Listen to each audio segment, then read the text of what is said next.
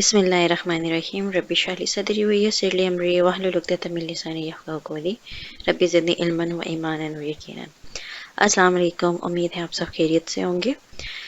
मुझे ज़रूर बताइएगा कि अभी जो पिछले दो आप लोगों ने वीडियोस फॉलो की होंगी इस प्लेलिस्ट की, उसमें डेटा रेंगलिंग के बेसिक स्टेप्स मैंने कवर कर दिए थे कि हम डेटा कलेक्ट कैसे करते हैं।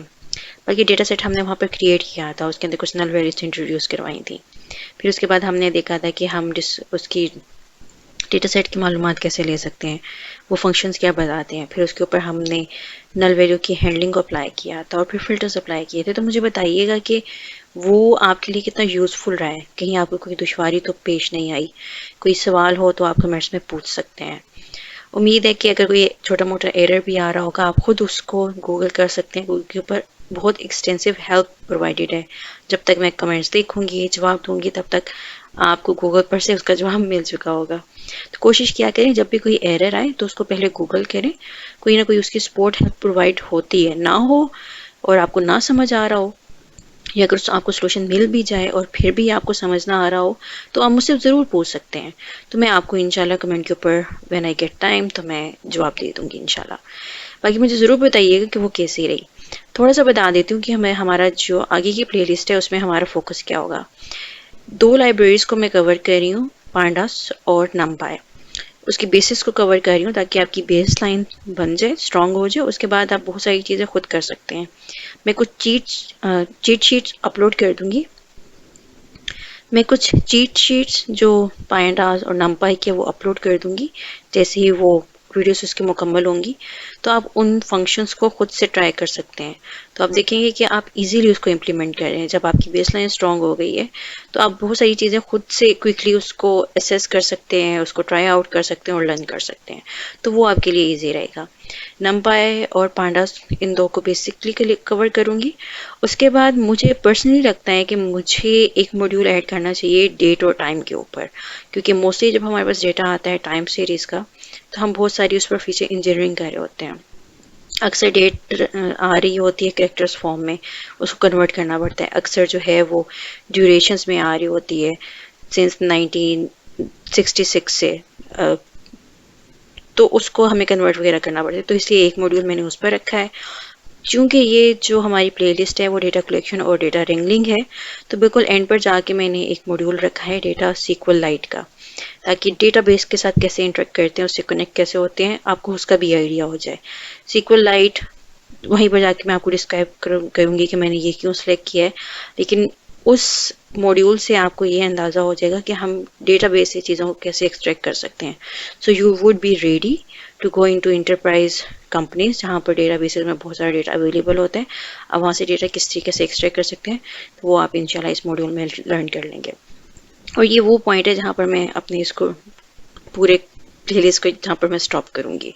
उसके बाद फिर हम आगे जाएंगे डेटा एनालिसिस की तरफ, क्योंकि इस मॉड्यूल के एंड तक you should have able to learn कि डेटा को आप एक्सट्रैक्ट कैसे करें मल्टीपल सोर्सेज से। उसके बाद उसकी बेसिक अंडरस्टैंडिंग, डेटा किस फॉर्मेट में है, किस हालात में, उसकी क्वालिटी वगैरह क्या है। और उसके बाद उसके ऊपर आप थोड़ी उसकी असेसमेंट परफॉर्म करके उसकी क्लीनिंग परफॉर्म कर लें, उसको मेक इट रेडी बना सकें for data analysis and model building. तो जैसे शायद मैंने पहले भी जिक्र किया हो, ज़्यादातर यही होता है डेटा साइंस के प्रोजेक्ट पर। जब डेटा आपको मिल जाता है तकरीबन 70% of time just goes into data cleaning and data extraction. क्योंकि जब एक डेटा आपको रिसीव हुआ है, आपने उसकी क्लीनिंग परफॉर्म की है, बेसिक अंडरस्टैंडिंग डेवलप की है, then you got to know कि इसके साथ दूसरे ये वाले फैक्टर्स भी हमें एनालाइज करने चाहिए। तो आप फिर उसको भी एक्सट्रैक्ट करते हैं, उसको लेकर आते हैं, उसकी क्लीनिंग वगैरह परफॉर्म करते हैं, नल वैल्यूज़ की हैंडलिंग, ट्रांसफॉर्मेशन एक्सेट्रा। तो मोस्टली टाइम इसमें जाता है। उसके बाद बाकी 30% टाइम जो है वो सिर्फ एनालिसिस में, मॉडल बिल्डिंग में जाता है।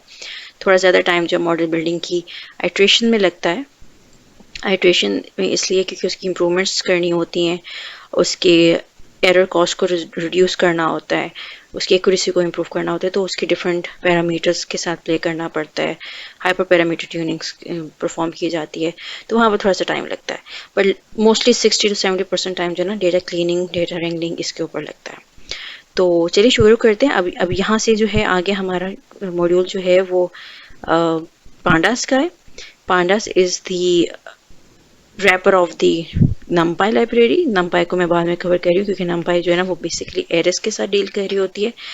numpy इसका ज़्यादा काम आता है जब आप एआई जैसे सेल्फ ड्राइविंग कार को अगर आप जब पढ़ना शुरू करेंगे तो वहाँ पर देखेंगे बहुत सारी एरे हैंडलिंग परफॉर्म की जा रही होती है, क्योंकि कार के डिफरेंट सेंसर्स होते हैं, उसने रियल वर्ल्ड से डेटा को पिक करके उसको रिसीव करना होता है इन एन एरे फॉर्म कि कौन सा ऑब्जेक्ट ज़्यादा नियरेस्ट पाए है और कितनी कौन से ऑब्जेक्ट्स दूर हैं एटसेट्रा, तो वो वहाँ पर ज़्यादा उसका काम आ रहा होता है।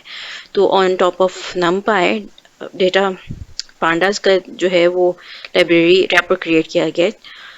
यहाँ पर जब हम डेटा फ्रेम क्रिएट कर रहे होते हैं या डेटा लोड कर रहे होते हैं तो एक्चुअली में बैकएंड के ऊपर वो मल्टीपल पीछे एरेज क्रिएट हो रही होती हैं, क्योंकि देखें एरे जो है वो एक ही टाइप की क्रिएट हो सकते हैं, मल्टीपल डेटा टाइप्स नहीं हो सकती हैं एरे की। लेकिन यहाँ पर जब हम डेटा फ्रेम लोड करते हैं तो आप जानते हैं हर कॉलम की डेटा टाइप डिफरेंट होती है, लेकिन बैकएंड के ऊपर वो काइंड ऑफ एरे की फॉर्म में ही परफॉर्म हो रहा होता है। लेकिन हमारी ईजनेस के लिए हमें रैपर प्रोवाइड कर दिया गया है कि when we load the data we can have multiple data types in one data frame, तो इसलिए हम उसको डेटा फ्रेम कहते हैं। तो ये थोड़ी सी डिटेल्स जो है ना मैं अभी आपको आगे भी बताऊंगी। पांडा से जब हम शुरू करें तो पहले सीरीज का टॉपिक है, फिर डेटा फ्रेम क्या है, और उसके बाद फिर हम आगे चलेंगे डेटा को लोड करना डिफरेंट फाइल्स फॉर्मेट वगैरह से। पांडास के अंदर पांडा ओपन सोर्स लाइब्रेरी है जिसको मेनली इसलिए बनाया गया है कि आप रिलेशनल और लेबल डेटा के साथ इजीली काम कर सकें।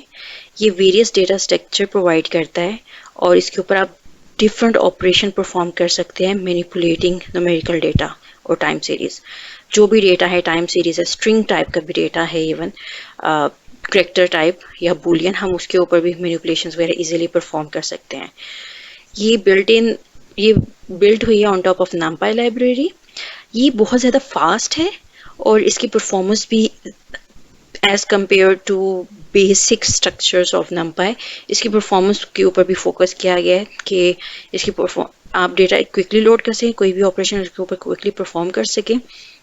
तो इसलिए पांडास को हम फास्ट और हाई परफॉर्मेंस लाइब्रेरी कहते हैं, और ये प्रोडक्टिविटी भी इसमें इंक्रीज हो जाती है यूज़र की। जब आप इसको यूज़ करें you get results very quickly.